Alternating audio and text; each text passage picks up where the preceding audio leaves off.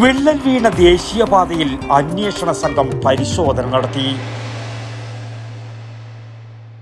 ആയുർവേദത്തിലൂടെ ജീവിതത്തിനേകാം ആരോഗ്യവും ഉന്മേഷവും. കേശവതീരം ആയുർവേദ ഹോസ്പിറ്റൽ, ഏഴിലോട്, കണ്ണൂർ.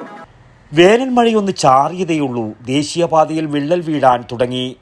ഇപ്പോൾ ഇങ്ങനെയാണെങ്കിൽ കാലവർഷം കനത്താൽ എങ്ങനെയായിരിക്കുമെന്ന ആശങ്കയിലാണ് ദേശീയപാത 66 കടന്നു പോകുന്ന പിലിക്കോട്, ചെറുവത്തൂർ, നീലേശ്വരം പ്രദേശങ്ങളിലുള്ളവർ. നാട്ടുകാരുടെ പരാതി പ്രകാരം വിള്ളൽ വീണ ചെറുവത്തൂർ മട്ടലായിലെ ദേശീയപാതയിൽ പ്രത്യേക അന്വേഷണ സംഘം പരിശോധനയ്ക്കെത്തി. ജില്ലാ കളക്ടർ അർജുൻ പാണ്ഡ്യന്റെ നിർദ്ദേശപ്രകാരമാണ് അടിയന്തര റിപ്പോർട്ട് തയ്യാറാക്കുന്നതിനായി കാഞ്ഞങ്ങാട് RDOയുടെ നേതൃത്വത്തിൽ ജനപ്രതിനിധികളും വിവിധ വകുപ്പുതല ഉദ്യോഗസ്ഥരും അടങ്ങുന്ന സംഘം സ്ഥലത്തെത്തിയത്. നിർമ്മാണം എന്നുള്ള അർത്ഥത്തിൽ പൊതുജനങ്ങൾക്ക് ഭീതി ഉണ്ടാക്കുന്ന നിലയിലാണ്. സൈഡ് വാള് പ്രോപ്പറായിട്ടല്ല ഉണ്ടാക്കിയിട്ടുള്ളത്. അതുപോലെ തന്നെ ചെയ്തിട്ടുള്ള പ്രധാന റോഡുകൾ തന്നെ വിള്ളൽ വന്നിരിക്കുകയാണ്.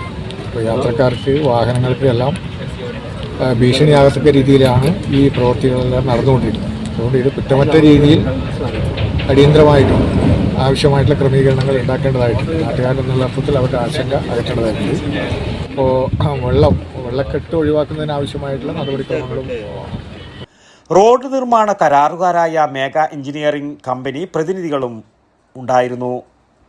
ദേശീയപാതയിൽ പിലിക്കോട് മട്ടലായി ശിവക്ഷേത്രത്തിന് സമീപത്താണ് ശനിയാഴ്ച രാത്രി പെയ്ത വേനൽ മഴയിൽ പലയിടങ്ങളിലായി വിള്ളൽ വീണത്.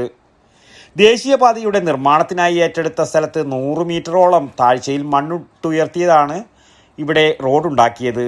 മറ്റു ഭാഗങ്ങളിലെ പ്രവൃത്തി തീർത്ത ശേഷം അടുത്തിടെയാണ് ഇവിടെ മണ്ണിട്ടുയർത്തിയത്.